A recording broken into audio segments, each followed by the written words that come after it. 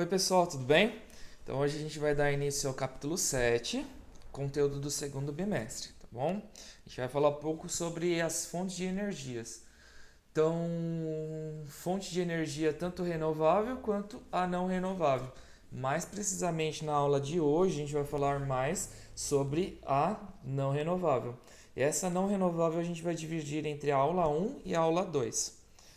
A energia e o desenvolvimento econômico. As fontes de energia ou fontes energéticas, elas podem ser classificadas entre primárias e secundárias. Simples e objetivo. Fonte primária é tudo aquilo que você retira da natureza e você já utiliza de imediato, sem precisar passar por um processo industrial, sobre uma alteração química. Você não precisa estar fazendo nenhuma modificação sobre essa fonte de energia. Quando você utiliza ela já de pronto e imediato, exemplo, energia eólica, que não precisa de nenhuma transformação química ou industrial, ela é classificada como primária. Já a secundária é quando você precisa passar por um processo industrial, uma modificação, a exemplo, gasolina. Então você retira o petróleo da natureza e você transforma esse petróleo em gasolina. A gasolina é uma fonte energética secundária. Lembrando, fonte de energia é tudo aquilo que você usa para que um corpo ele possa ser movido. Seja ele o seu próprio corpo, o alimento, tá? O alimento você utiliza para você mover a sua vida.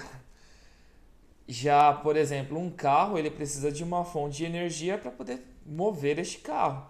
Exemplo, a gasolina. Então, todo elemento que é utilizado para mover um corpo é classificado como uma fonte energética. Fontes primárias. Sobre as fontes primárias, elas são classificadas entre renováveis e não renováveis. Simples.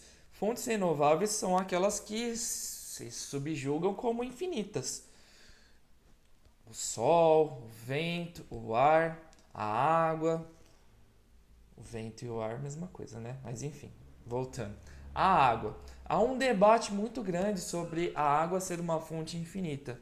A gente sabe que cada vez mais o lençol freático, os aquíferos, os rios estão poluídos, até o mar. Então há um debate muito grande aí sobre isso, sobre essa fonte de água não renovável, quer dizer, renovável, por conta da poluição que o homem tem causado sobre esse recurso. Mas ainda é renovável. Mas será que no século 22 ainda será renovável? As fontes não renováveis são aquelas que possuem um prazo de validade, ou seja, alguma delas provavelmente no século 22 já não mais existirão. Exemplo, carvão mineral e o petróleo. Após a Revolução Industrial, intensificou-se a extração dos recursos.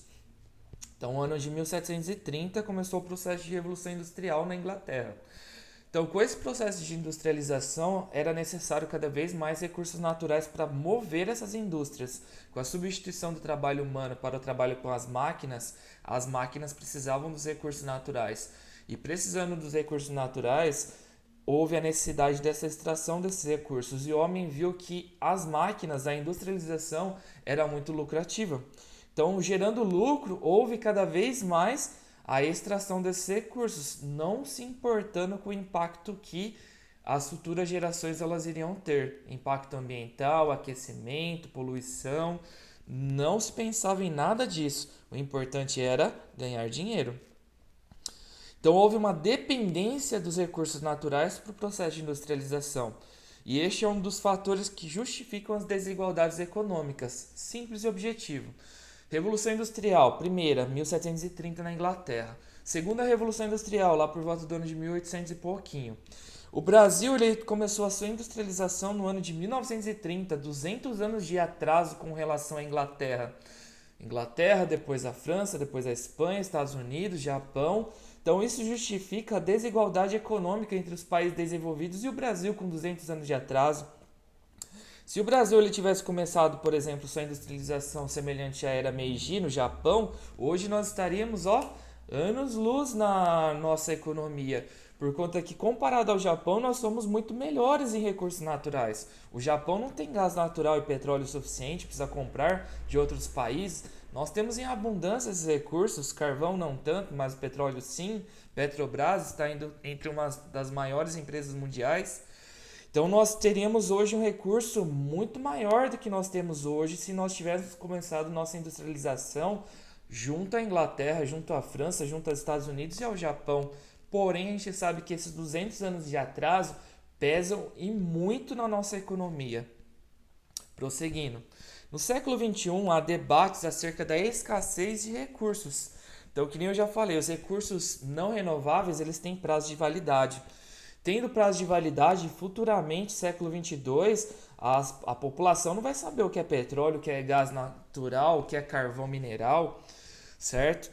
Ou a poluição também, há um debate muito grande sobre a poluição, aquecimento, efeito estufa, entre outros.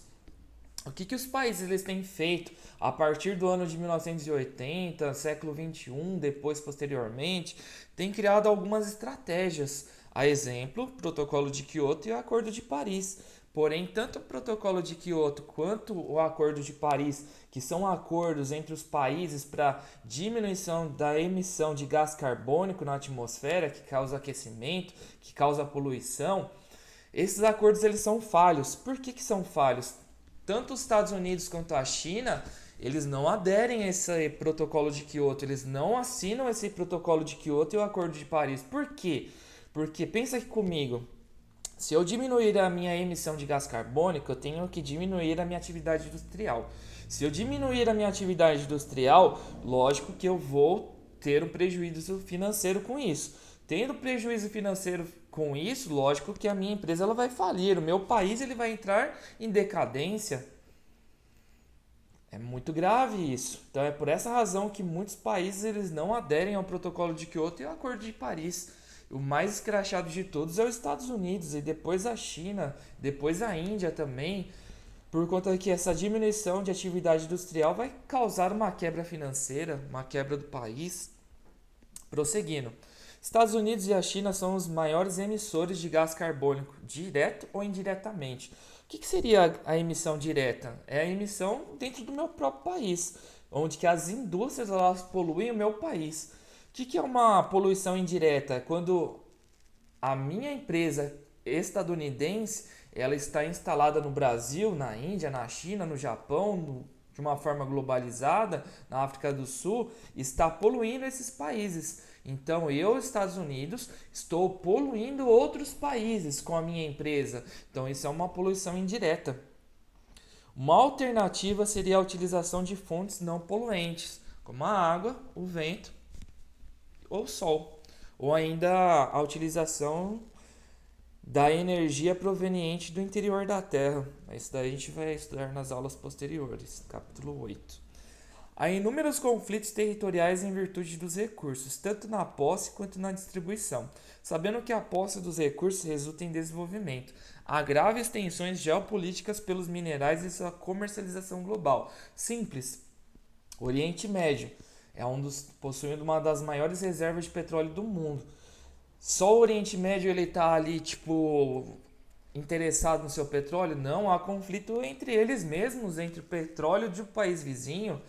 Estados Unidos ele está constantemente interferindo na geopolítica do Oriente Médio por conta do petróleo que há lá. Não há lá, que há lá.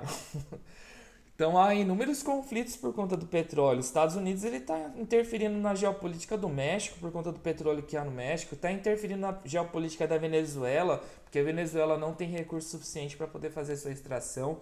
Então há inúmeros conflitos geopolíticos mundiais por conta dos recursos naturais, sabendo que a posse resulta em desenvolvimento. Prosseguindo. Não é só os Estados Unidos não, viu? A China, ela interfere na geopolítica do continente africano. Até aqui no Brasil a China faz uma interferência geopolítica no nosso pré-sal. Prosseguindo. Principais fontes energéticas: gás natural, geotérmica, hidráulica, o petróleo, a biomassa através da cana-de-açúcar, a energia solar, carvão, eólica. Também nós temos aqui o urânio, que é revertido em energia nuclear. A gente vai falar um pouquinho sobre cada uma delas ao longo das nossas aulas. Carvão mineral. O que é o carvão mineral? Carvão mineral não é o de churrasco não, tá? Carvão de churrasco é a da madeira. Carvão mineral é uma rocha. Qual que é essa rocha? Essa rocha aqui no canto inferior à esquerda, do lado desses ventiladores gigantescos aqui. Esse daqui é o carvão mineral, tá? É uma rocha. Tanto a extração quanto a combustão, ela causa um acúmulo de gás carbônico na atmosfera. Então a extração, a retirada do carvão mineral, ela causa poluição, certo? E a combustão, que é a queima do carvão mineral, ela também causa muita poluição. Carvão mineral foi um dos primeiros recursos naturais a serem utilizados no processo de industrialização. Então a primeira indústria na Inglaterra, ela utilizava o que? O carvão mineral. E poluía demais a atmosfera. Se você pegar, ó, exemplo simples. Quem não assistiu Harry Potter não tem como dar aula de geografia. Se você pegar, por exemplo, a paisagem dos Animais Fantásticos, se você pegar essa paisagem, a Inglaterra ela é presente ali na paisagem como uma poluição gigantesca. A ilustração das imagens no filme dos Animais Fantásticos são bem escuras. É uma paisagem meio que amarelada. E por conta do que? Eles quiseram trazer tipo uma realidade da época anterior, dos séculos anteriores, que é onde se utilizava muito carvão mineral. Então, o carvão mineral ele polui muito a atmosfera. Só que se você pegar, por exemplo, Harry Potter, os filmes mais atuais, o 6, o 7, o 15, o 25, por exemplo, a paisagem já aparece como uma paisagem muito mais limpa, por conta que foi substituído o carvão mineral para fontes menos poluentes. Voltando aqui para a aula agora. Chega de viajar aqui. O carvão mineral ele é encontrado em 4 formas, conforme a imagem aqui que a gente está vendo. E o carvão, que ele é mais, vamos supor, o melhor carvão para poder ser utilizado é essa última aqui, ó. É as fontes mais profundas. Então essa fonte mais profunda é o melhor carvão para poder realizar a queima e realizar a atividade industrial. Então o carvão mineral ele acaba provocando grandes impactos ambientais. No Brasil, as fontes de carvão mineral, a gente encontra elas na região sul do Brasil. Não é encontrado no Brasil todo, não. A maior parte das nossas jazidas minerais de carvão são encontradas na região sul. Produção de carvão mineral pelo mundo. Então aqui você encontra essas bolinhas. Quanto maior for a bolinha, maior a produção de carvão mineral. Então a gente vê que a maior produção de carvão se encontra no território chinês. Então a China, ela é onde que possui maior produção de carvão mineral. Brasil, ó, nem aparece aqui na fita. Prosseguindo, o carvão foi fundamental para a Revolução Industrial, já falei sobre isso. Em razão do baixo custo, foi amplamente utilizado. Então, o carvão mineral ele é barato. Mas por que ele está sendo substituído? Por conta que ele gera um gigantesco impacto ambiental, um gigantesco aquecimento, um gigantesco efeito estufa. Então é por isso que ele está sendo cada vez mais substituído por outras fontes de energia. Exemplo, a hidráulica, ou a nuclear, ou a utilização do petróleo. Petróleo ele polui, mas polui menos que o carvão. Bom, a gente vai até aí. Na próxima aula a gente vai falar sobre petróleo. Por enquanto vamos até aqui sobre o carvão mineral. Se tiver alguma dúvida, deixa aí no Classroom. Depois eu tiro sua dúvida, respondo com o maior carinho. A sala que eu tanto amo, tenho um amor gigantesco por vocês. Beleza, gente? E a aula de hoje a gente dá por encerrada por hoje. Depois eu vou colocar algum questionário, alguma atividade lá no Classroom para a gente poder fazer, construir, realizar e assim por diante. Um abraço, mega beijo, tchau, tchau.